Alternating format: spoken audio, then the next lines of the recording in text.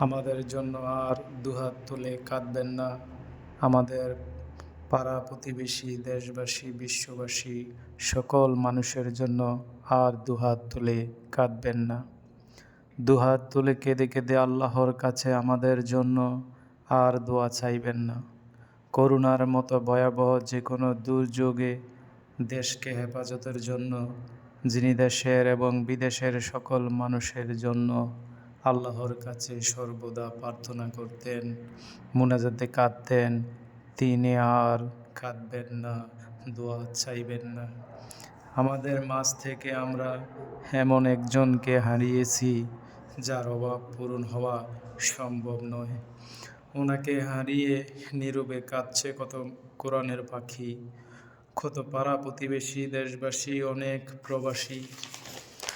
মুফতি ABM Sediqullah আল কাদরি সাহেবের আজকের জানাজায় হাজার হাজার মানুষের ঢল কানায় কানায় ভরে গেল মাদ্রাসা মাঠ, স্কুল মাঠ এবং রাস্তাঘাট।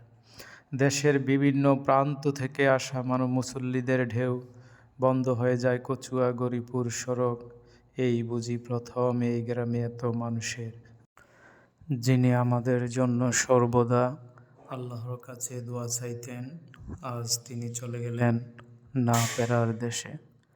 আমরা ওনার জন্য আল্লাহর কাছে দোয়া করব, ওনাকে আল্লাহ যেন জান্নাতের সর্বোচ্চ মাকাম দান করেন।